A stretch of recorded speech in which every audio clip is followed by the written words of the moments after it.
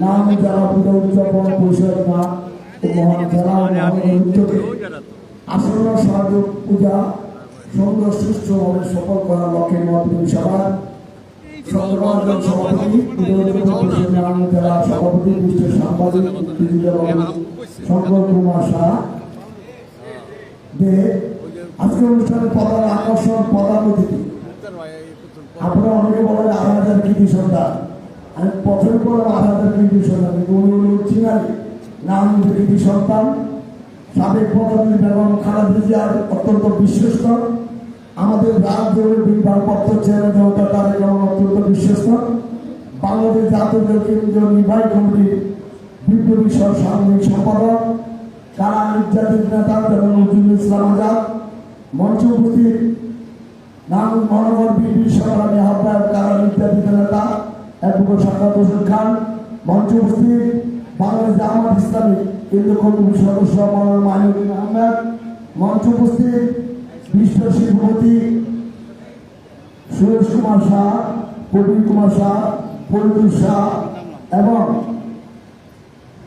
ইসলামী আন্দোলনের মহানগর সভাপতি মন্ত্রী মাসুদুল্লাহ সহ অন্যান্য রাজনীতি দলের নেতৃবৃন্দ এবং সাতটি থানা থেকে পূজা উদযাপন পরিষদের সভাপতি সাধারণ সম্পাদক এবং বাংলাদেশের সনাতন ধর্মাবলম্বীদের একাংশ আমার মা বোনেরা, আমি আমার বক্তব্যের শুরুতে আসন্ন শান্ত দুর্গা পূজা উপলক্ষে আমাদের মা মাটি মানুষের এবং খালেদা জিয়া এবং আমাদের রাজনৈতিক নিরাপত্তা চেয়ারম্যান জনতা তারেক রহমান নাঙ্গল মহানগর বিএনপির পক্ষ থেকে আপনাদের অগ্রিম শুভেচ্ছা অভিনন্দন জানিয়ে আমি সবসময় আমার বক্তব্য শেষ করব।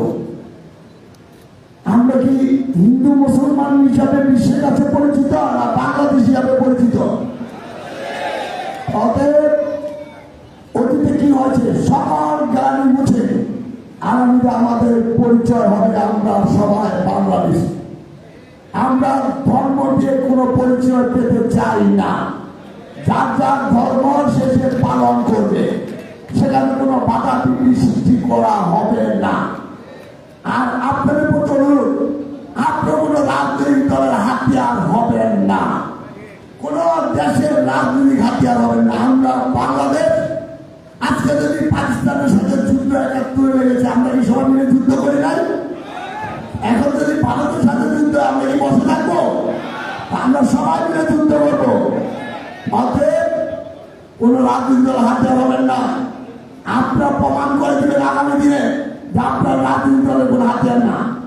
আপনার যাকে খুশি তাকে ভোট দিবেন, কিন্তু একজন নীতিবান সৎ ব্যক্তিকে ভোট দিবেন। যারা দেশের উন্নয়ন চায়, যারা বাংলাদেশের সাথে দেশের মধ্যে রক্ষা করতে চায়, তাদেরকে আপনারা ভোট দিবেন। ২০২৪ সালের ৫ আগস্টের পর আপনাদের এই সুপন সরকার একজন হিন্দু সনাতন পরিশ্রম নেতা, যে আমাদেরকে নিয়ে নামদের মহানগরে এমন কোন আনাচে কানাচে বাড়ি ঘর ব্যবসা প্রতিষ্ঠান যে নাই, সনাতন ধর্মীদের আমরা পাশে ছিলাম কি ছিলাম না? ছিলাম না? তো ইনশাল্লাহ আমাদের প্রধান অতিথি অত্যন্ত গুরুত্বপূর্ণ ব্যক্তি, শুধু ব্যবসায়ী না, রাজনীতিতে না, উনি বাংলাদেশ পক্ষ থেকে অনেক দেশের প্রতিনিধিত্ব করেন। তো আমরা বলতে চাই, আমরা যাদের মঞ্চে বসে আসি, জানি না নতুন পদে কি করে, আমরা বেঁচে থাকতে সনাতন ধর্মীদের গায়ে এবং শরীরকে আঘাত করতে পারবে না। আমাদেরকে কিছু বলতে হলে আমাদের বুকে পাড়া দিয়ে বলতে হবে। আর আপনার রাজনৈতিক দলের ওই ফ্যাসিস্টরা ২০২৪ সালের ৫ আগস্টের পরে একটি অপপ্রচার চালিয়ে দিয়েছিল যে হিন্দুদের উপরে হামলা হবে, হিন্দুদের মধ্যে হামলা হবে। সেটা কি হামলা হয়েছিল? তাহলে কি ওটা একটা অপপ্রচার না? অবশ্যই অপপ্রচার। তারা চেয়েছিল যে হিন্দু মুসলমান দাঙ্গা লাগিয়ে তারা রাজনৈতিক ফায়দা লুটার জন্য। অতএব আমাদের রাজনৈতিক নেতা, আমাদের বাবা লন্ডন থেকে নির্দেশ দিয়েছে নজরুল ইসলাম আজাদকে, আমাদেরকে নির্দেশ দিয়েছে নারায়ণগঞ্জের সব বাংলাদেশের কোন হিন্দু সনাতন ধর্মীদের উপর যেন কোন আঘাত আসে, আপনারা তাদের বাড়ি ঘর ব্যবসা প্রতিষ্ঠান পাহারা দিলেন। আমরা নারায়ণ মহানগর বিএনপি নজরুল ইসলাম আজাদের নেতৃত্বে আমরা সেই কাজটি করেছিলাম। কি করলেন? যদি করে থাকি আপনারা এবারও নির্বিঘ্নে নির্ভয়ে সুস্থ সুন্দরভাবে আসন্ন শারদীয় দুর্গা পূজা উদযাপন করবেন। আমরা আমাদের প্রধানমন্ত্রী হিসেবে আপনাদের পাশে ছিলাম, আজ থাকবো। আর একটি কথা বলে আমি বলতে চাই, ধর্ম ধর্ম অর্থ কি বুঝেন? কেউ জানেন? ধর্ম হল সৃষ্টিকর্তার কাছে আত্মসমর্পণ করা এবং সৃষ্টিকর্তা সন্তুষ্টি অর্জন করা। আমি আমার ধর্ম দিয়ে আমার ধর্মের মাধ্যমে আল্লাহর কাছে আত্মসমর্পণ করবো, তার সন্তুষ্টি অর্জন করে আবাদত করবো। আপনাদের ধর্ম দিয়ে আপনারা সৃষ্টিকর্তার কাছে আত্মসমর্পণ করবেন, তার সন্তুষ্টির জন্য চেষ্টা করবেন। এটাই হলো ধর্ম। সবাই যার যার ধর্ম দিয়ে আল্লাহকে পেতে চাবেন, সৃষ্টিকর্তাকে পেতে চাবেন, তার সন্তুষ্টি অর্জন করতে চাবেন, তার প্রতি আত্মসমর্পণ করবেন।